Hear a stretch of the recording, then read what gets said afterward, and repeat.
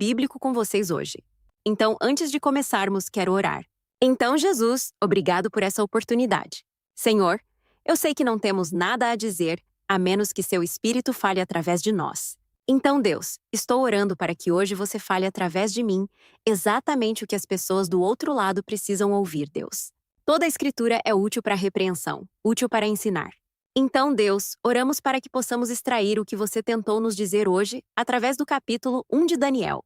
Obrigado, Senhor. Só nos abençoe. Em seu nome, amém. Então, indo para o Daniel 1. Faz muito tempo desde que li o livro de Daniel. Eu conhecia principalmente o Daniel, porque tinha um monte de profecias do fim dos tempos no almoço. Então, isso foi algo meio novo para mim. Estar lendo um único capítulo de Daniel e perguntando ao Senhor o que ele queria dizer através dele. Mas lembro que o que veio à minha mente foi olhar e depender de Deus, e de como você se relaciona com o mundo quando está preso em uma situação cercada de pessoas que não são piedosas. E quando você tem pressão, para tentar se conformar a isso. Então, antes de começarmos a ensinar como, Daniel pode se aplicar a nós, queria dar um pouco de contexto. Então tive que começar a investigar, e lia vários comentários sobre isso para saber a opinião deles, sobre como era a época em que Daniel vivia na Babilônia, o que era Nabucodonosor. Também foi assim. E tenho algumas anotações aqui. Então, se eu estiver olhando para baixo, é isso que estou olhando. Uma das coisas que achei muito legal foi que o fato de Daniel ter sido levado para a Babilônia em primeiro lugar, para ele teria sido a confirmação de que Deus realmente estava no controle. Talvez não seja o que você imaginava, certo? Talvez pensássemos que, se ele fosse um exilado, seria tipo, meu Deus, onde está o Senhor? Mas não, porque ele tinha as décadas de Jeremias pregando para olhar. Então todos saberiam das profecias de Jeremias, e o fato de terem ocorrido exatamente como Jeremias disse que teriam sido realmente, isso o deixaria muito confiante de que sim, Deus realmente está no controle de tudo isso, e nós estamos aqui porque Deus nos colocou aqui. Além disso, ele teria recebido a carta de Jeremias 29, o famoso verso Jeremias 29:11. Então ele teria lido essas palavras, construído casas e morado nelas, plantado hortas e comido seus frutos. Tome esposas e tenha filhos e filhas, e dê suas filhas em casamento para que possam ter filhos. Mas procure o bem-estar da cidade onde te exilei e reza ao Senhor em seu nome, pois em seu bem-estar encontrarás teu bem-estar. Então, nessa situação, provavelmente foram levados quando adolescentes. Na verdade, sabemos que eles foram levados quando adolescentes. Eles teriam que ter entre 14 e 17 anos. Mas eles têm algumas decisões a tomar. Então, vamos olhar rapidamente para a cultura em que eles foram acolhidos. Então, Nabucodonosor nos babilônios era completamente pagão. Você vê algumas de suas práticas de assimilação. E no momento em que chegaram, todos receberam novos nomes. Eles foram despojados de seus nomes hebraicos, que glorificam Deus, e receberam nomes que glorificavam os deuses pagãos. Que, Nabucodonosor estava servindo. Não só isso, mas ele tentou simulá-los retirando sua língua, e eles seriam educados em 3 anos por 3 anos na língua dos babilônios, e em sua literatura em vez da literatura hebraica. Mas havia um lugar onde Daniel traçava limites, e era com a comida. E essa foi uma pergunta interessante para mim porque, de todas as coisas, e além disso, nem sequer existe uma proibição, que Deus é contra beber vinho. E diz nesses versículos que ele decidiu não se profanar, comendo as iguarias da comida do rei e bebendo o vinho. Isso me levou a pesquisar sobre isso. Bem, o que exatamente era essa comida? Tenho certeza, não era legal. Sabe, eles comiam porco e tudo mais. Então, isso definitivamente descartaria a carne. Mas o que havia em compartilhar a mesma comida na mesa do rei que fazia Daniel e seus amigos terem uma convicção? Bem, nos tempos antigos, compartilhar uma refeição juntos significava que você estava concordando em estar em um relacionamento com. Significava que você estava em uma amizade com a pessoa que está fornecendo a refeição, e isso também significava que vocês concordavam. Você concordava de alguma forma com essa pessoa. E assim, após pesquisar isso, uma das coisas que Nabucodonosor buscava não era apenas assimilá-los em. Ele queria se tornar, basicamente, um patrono. Comer da mesa do rei. Isso era um símbolo de amizade com o rei, acordo com o rei. E também era a forma de Nabucodonosor torná-los dependentes no rei. E isso não vai funcionar com Daniel e seus 3 amigos porque eles são fiéis a Yahweh, o Deus de Israel. E assim você vê exemplos disso. Por exemplo, em Gênesis 30 e 1:54, vou citar alguns exemplos. Labão e Jacó comem juntos para mostrar que chegaram a um acordo depois que Jacó foge. Em Êxodo 24:11, Deus confirma seu relacionamento com os anciãos de Israel, fazendo-os comer bem na sua frente. E assim também poderia ir além e significar que comer essa refeição que Nabucodonosor estava fornecendo significava realmente concordar ou comprometer com as crenças idolatria babilônicas. E quando eu estava pensando nisso, uma história veio à mente sobre o quão sério isso poderia ser. Se você for para o primeiro Kings 13, aí está a história. É um profeta sem nome. Nunca sabemos o nome dele, mas ele é enviado ao rei Jeroboão. E esse é um momento em que Israel está em uma idolatria absoluta e completa, a ponto de os profetas estarem sendo mortos. O rei não quer nada a ver com o Padre de Deus. Ele não quer nada a ver com os profetas de Deus. E é tão ruim que Deus tem que enviar um profeta sem nome que nem é da região. Aparentemente, não havia ninguém fiel na região para que Deus fosse falar com o rei. Então ele diz a este profeta: vai e fala, vai e dá uma palavra ao rei Jeroboão, e ele diz: não comas pão, nem bebas água enquanto estiveres lá. Na verdade, nem faça isso em toda a região. Você nem consegue fazer isso na região.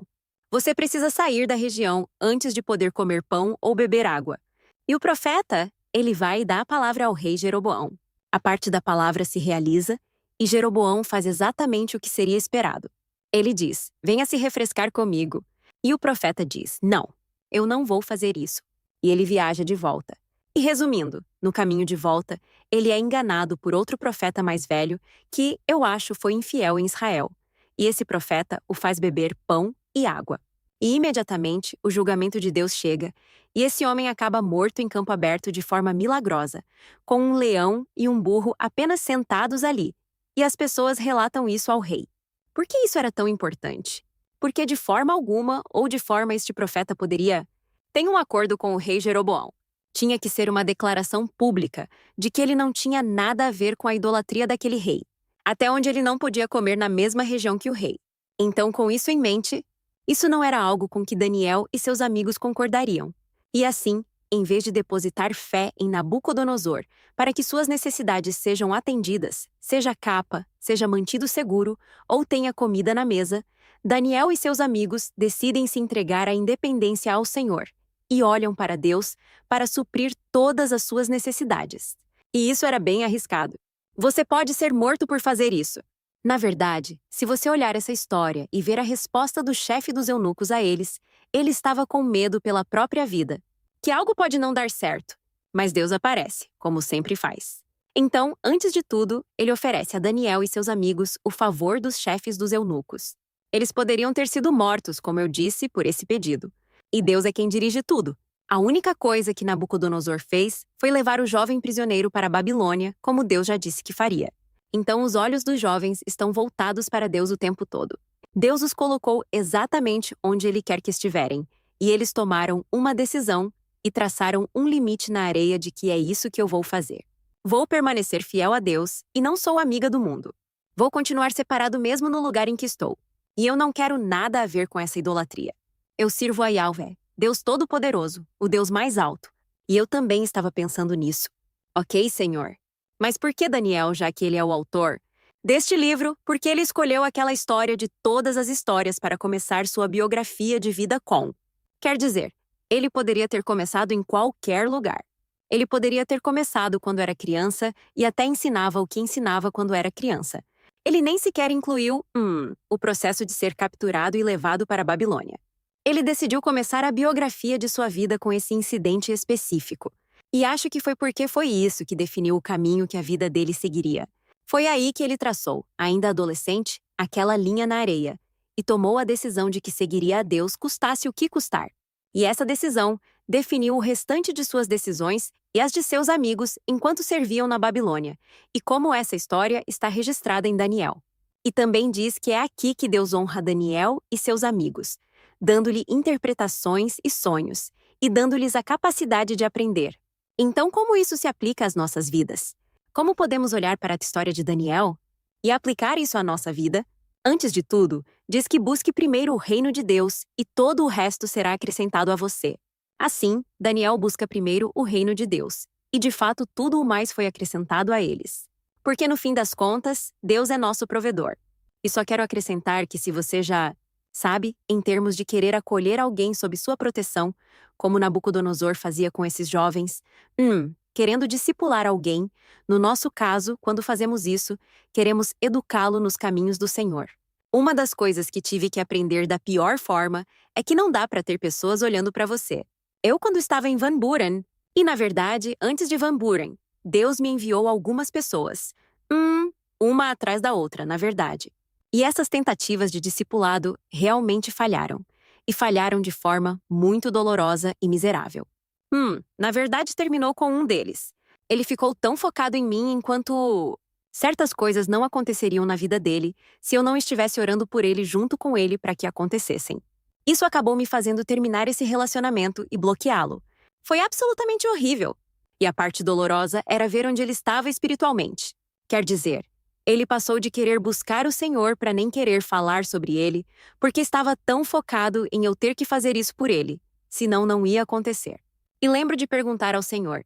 Eu pensei, Senhor, por que essas pessoas que vêm até mim, e eu sei que você me enviou, por que eles estão se afastando de você? E por que isso está terminando tão mal? E ele me levou ao versículo onde diz: batize-os em nome do Pai, do Filho e do Espírito Santo, ensinando-os a obedecer a tudo o que eu ordenei. E meu coração foi tocado naquele momento porque percebi: meu Deus, tenho ensinado essas pessoas, da minha própria carne. Não tenho apontado para Jesus. Sabe, ele me ligava com um problema, e eu dizia o que achava que ele deveria fazer.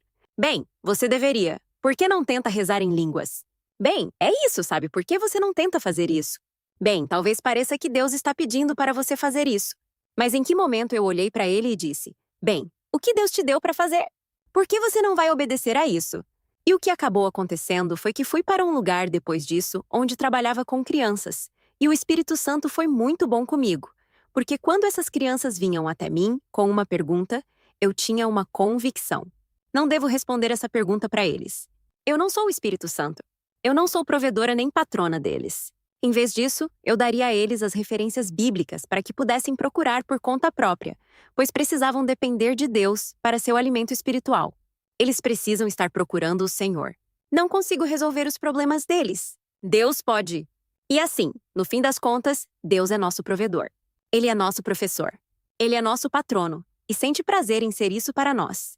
Eu realmente acredito que Deus sente muita alegria quando olhamos para Ele para nossas necessidades e permitimos que Ele nos proveia o que precisamos.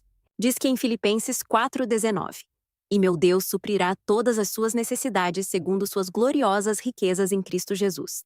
E posso dizer que, como alguém que já viajou bastante, no curto tempo que segui o Senhor, nunca me faltou um teto. Nunca me faltou uma cama. Eu vi Deus aparecer.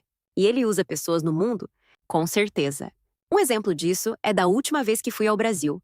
Tive que confiar em Deus que conseguiria pagar minhas contas com 2 semanas sem ser pago.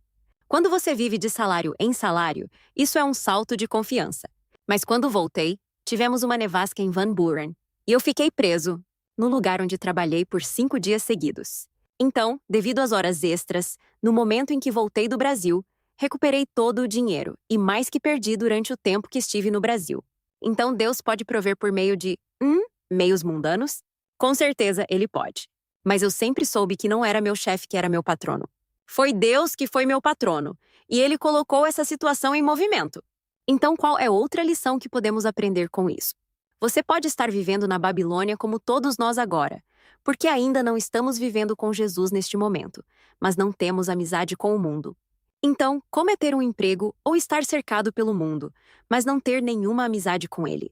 E acho que podemos olhar para a vida do Daniel e ter uma visão clara disso. Nas áreas em que era obrigado a fazer algo que desonrasse Deus, Daniel não cedeu. Mas ele, como disse Jeremias, orou pelo bem-estar da cidade. Ele trabalhou arduamente pelo bem-estar da cidade. Ele aprendeu a língua deles. Diz que ninguém conseguiu encontrar falhas nele. Certo? Então ele fez bem seu trabalho. Você vê que quando ele falava com o rei, ele era respeitoso, dava honra ao rei, mas não cedia. Ele não cedeu quando se tratava de escolher Deus ou o rei. Vamos ver. Além disso, aqui vai outra coisa. Ao rejeitar a amizade com o mundo, Daniel era Daniel e seus amigos. Eles não eram rudes. Você já ouviu algumas pessoas? E, sabe, todos nós já fomos culpados disso. E talvez venha de um lugar de, tipo, tentar se distanciar. Eu já fiz, onde as pessoas são só um pouco rudes. Ele não foi rude. Não havia motivo para ele ser rude. Ele era assertivo e impôs seus limites, mas ele não fez isso de forma rude. Ele não foi até o eunuco com atitude e disse: "Eu não vou comer essa comida. Você não pode me fazer comer essa comida. Não tem como. Vou seguir Yahweh."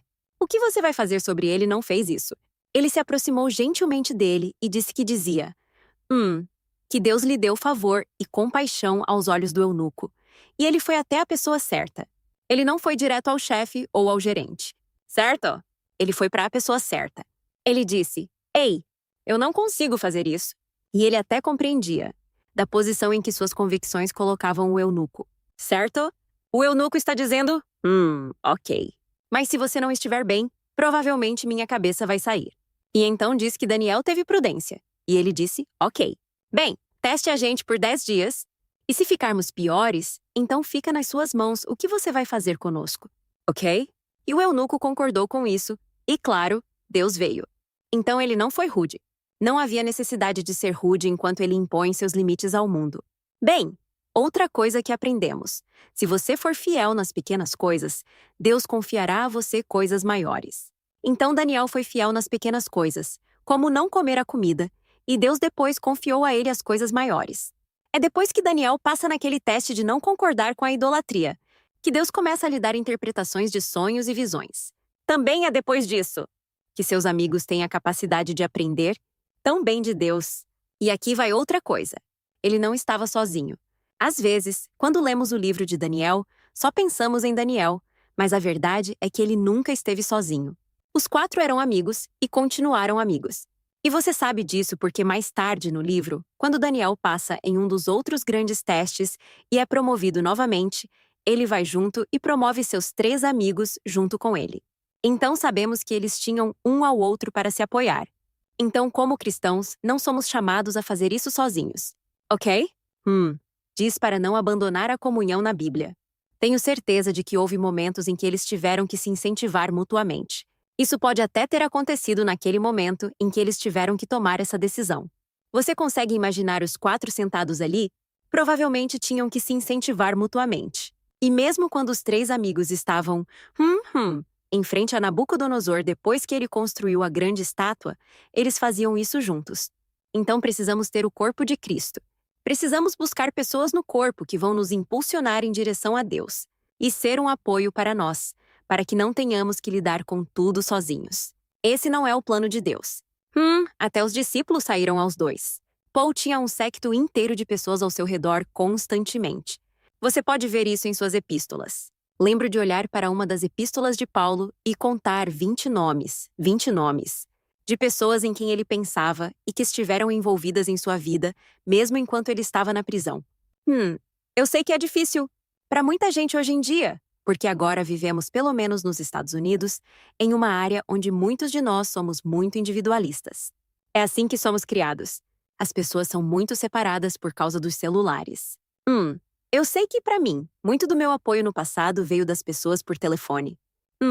Quando eu estava no Arkansas, teve uma temporada em que a maior parte do meu apoio veio de pessoas da Geórgia, que me ligariam, e pessoas no Brasil.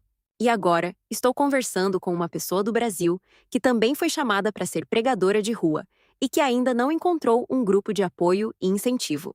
Então isso é em outro país, mas Deus ainda garantiu que houvesse alguém lá que te apoiasse no corpo de Cristo, mesmo que seja em outro continente. Então não devemos ficar sozinhos. E a última que eu pensei foi que simplesmente não vale a pena.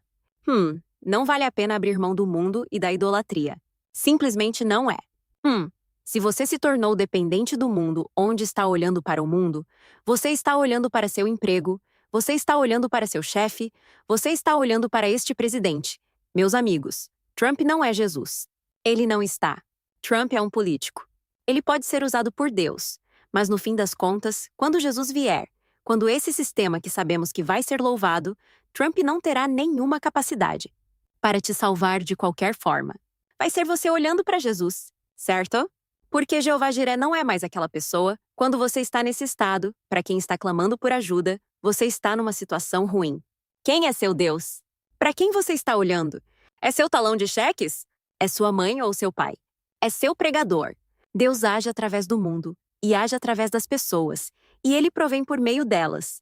Mas sempre teremos uma consciência, como Daniel, de que Deus é quem está agindo nos bastidores. E como sabemos que ele tinha essa consciência? Porque você pode ver isso quando ele escreve o primeiro capítulo. Olha isso! Ele atribui a Deus o mérito de ter dado ao eunuco favor, compaixão e um coração para com ele.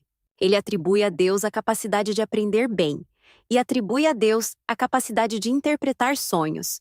Então sempre, sempre, sempre mantenha sua posição, porque mesmo nas pequenas coisas, a recompensa por ser fiel e colocar Deus em primeiro lugar vale totalmente a pena. E amigos, assim como Daniel estava literalmente na Babilônia, nós também estamos literalmente na Babilônia como o sistema mundial agora até morrermos, ou até o reino milenar ou Jesus voltar, ou como você quiser interpretar o Apocalipse. Então essa história aqui é uma forma de entendermos como estar no mundo, mas não concordarmos com essa idolatria. Então Jesus, eu só rezo por todos nós. Obrigado pelo exemplo de Daniel. E Deus, oramos por sabedoria, Senhor.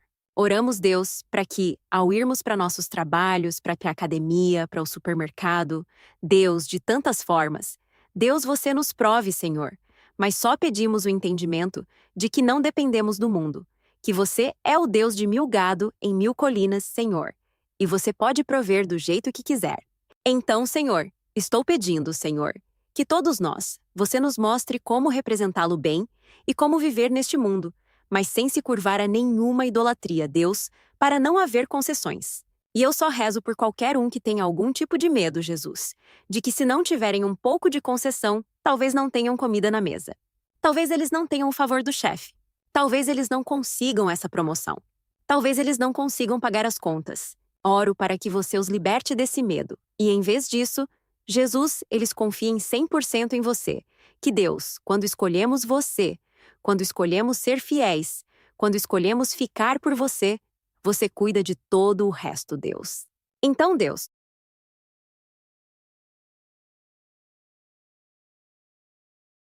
você